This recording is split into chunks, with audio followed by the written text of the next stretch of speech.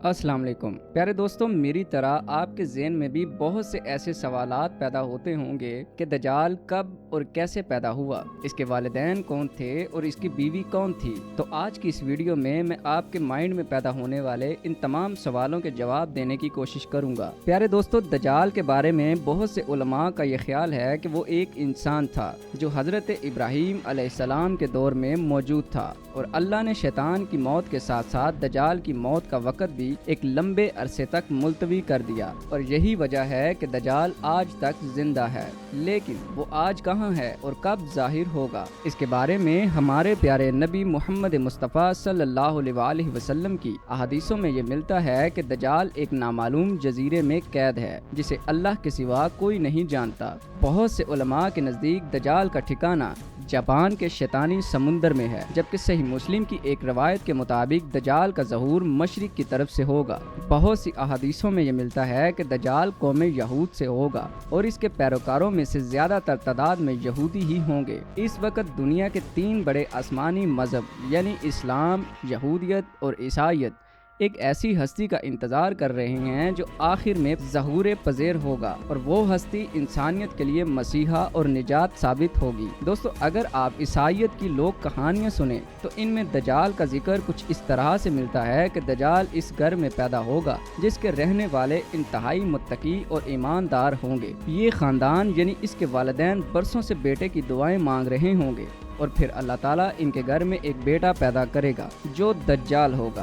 दज्जाल की पैदाइश पर इसके वालिदैन बहुत ही खुश होंगे, लेकिन दज्जाल इंतहाई बेहया और बदतमीज़ होगा। प्यारे दोस्तों, यहूदी दज्जाल को अपना मसाया यानी वो इसे अपना मसीहा करार देते हैं। आज के यहूदियों के नज़दीक इनका मसीहा यानी निजात दिंदा नस्ल का यहूदी ही होगा। इनके मुताबिक दज्जाल हज़रत दाऊद अलैहिस्सलाम के शाही ख़ानदान से होगा और दाऊद अलैहिस्सलाम के तख्त का जानशीन होगा। वो इसी नस्ल का इंसान होगा और इसकी परवरिश आम इंसानों की तरह ही होगी, लेकिन दज्जाल बहुत सी गैर मामूली पुरअसरार कुव्वतों का हामिल होगा और इसमें बहुत सी खूबियां भी होंगी। उलमा के नज़दीक मुकर्रर वक़्त से पहले खुद दज्जाल को भी मालूम न होगा कि वो यहूदियों का निजात दिंदा और खुदा का मुंतखब करदा है। खुदा इसके आने के बाद इसका मुकाम इसको बता देगा। फिर वो इंतहाई हैरत अंगेज खसूसियात के साथ यहूदियों की निजात के तौर पर सामने आएगा। वो अजीम निजात, अजीम रहनुमा, अजीम सिपा सलार, अजीम सिपाही, अजीम मुसन्नफ और आखिरी कमांडर और नस्ल इंसानी का सबसे बड़ा बादशाह साबित होगा। इसकी जहानत इंतहाई दर्जे की होगी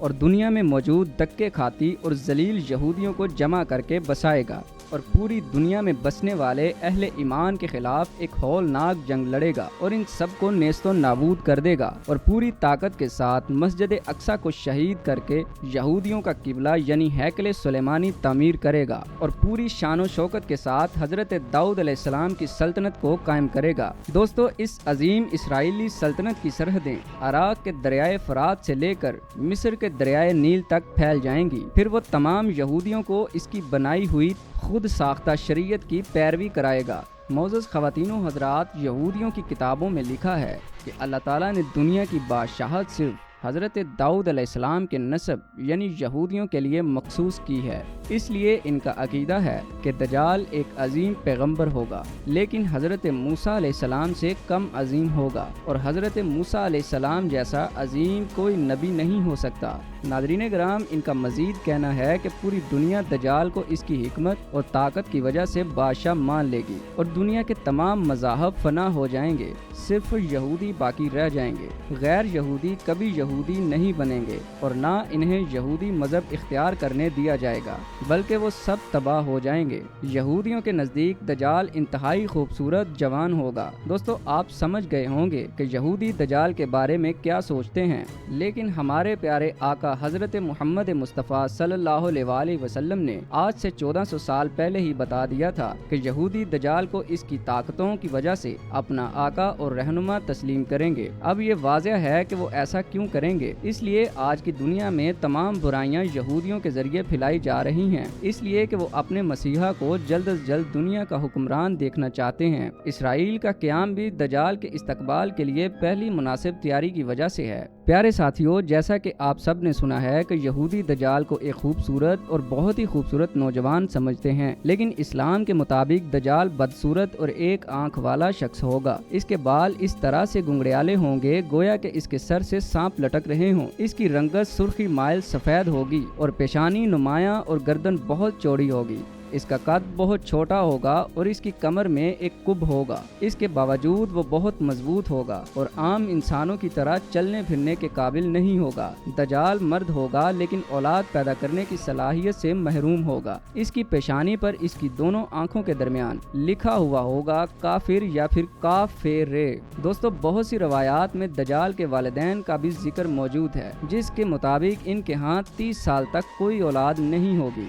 फिर अल्लाह ताला एक बेटा देगा जो दजाल होगा, लेकिन ये तमाम रवायतें दस्तावेज़ात की कमज़ोरी की वजह से किसी सबूत तक नहीं पहुँचती। एक दफ़ा इमाम बरजंजी ने दजाल के निस्ब के बारे में फरमाया था कि दजाल जिन्नात को कंट्रोल करता है जिन्होंने जन्नात के नस्ब में शादी की थी, और दजाल के अबाओ अजदाद का ताल्लुक हज़रत सुलेमान अलैहिस्सलाम के दौर से है। इनका कहना है कि हज़रत सुलेमान अलैहिस्सलाम ने जिन जिन्नात को कैद किया था, इनमें दजाल की बीवी और इसके अबाओ अजदाद भी शामिल थे।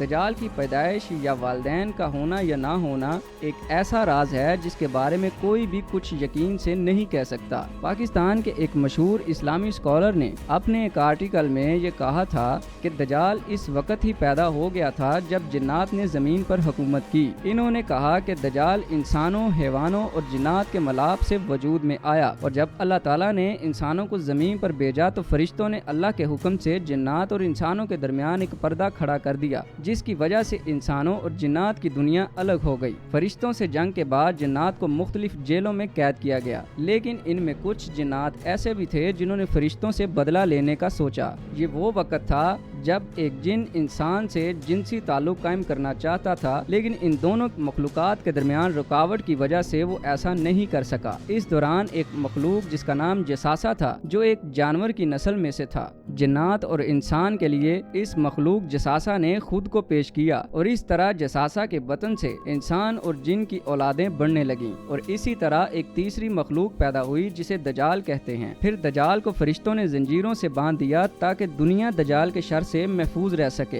प्यारे दोस्तों, दजाल एक मुनफरद किस्म की मखलूक है जिसकी खबर जसासा के जरिए मिलती रहती है, क्योंकि जसासा एक ऐसी मखलूक है जो जमीन और समंदर समेत हर जगह रह सकती है। बहरहाल इस मजमून की कितनी सदाकत है ये तो अल्लाह ही बेहतर जानता है, लेकिन जिसके बारे में सही मालूमात इस वाक़े से मिलती है जिसमें हजरत तमीम रज़ी अल्लाह ताला अन्हु ने दजाल से मुलाकात का पूरा वाक़या आप सल्लल्लाहु अलैहि वसल्लम के सामने बयान किया।